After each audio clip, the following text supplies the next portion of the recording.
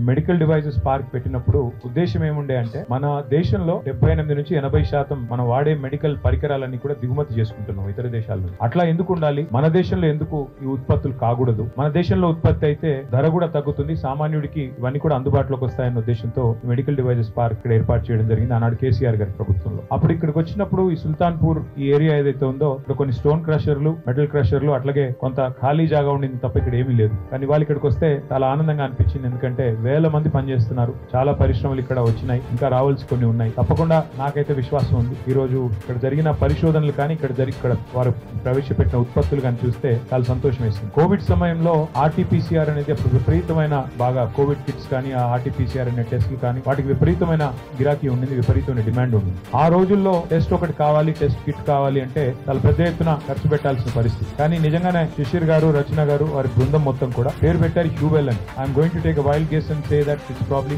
Stands for human welfare. So అట్లా నిజంగానే ఆలోచించి 6,000 ఖర్చు అయ్యేదాన్ని ఎంత కన్నారు? 16 రూపాయలు, 12 రూపాయలకి తగ్గించామన్నారు. అల్టిమేట్ గా నిజంగా కూడా కేసీఆర్ గారు ఇప్పుడు మాకు ఒకటే చెప్తుంటారు, సామాన్యుడికి ఫలాలు అందించని పరిశోధన నిష్ఫలం, దానివల్ల వ్యర్థం అని. అంటే టెక్నాలజీ అనేది ఉంటే కూడా, సాంకేతికత ఉంటే కూడా దానివల్ల సామాన్యుడికి లాభం జరగకపోతే అది వేస్ట్ అని చెప్తా ఉంటారు ఆయన.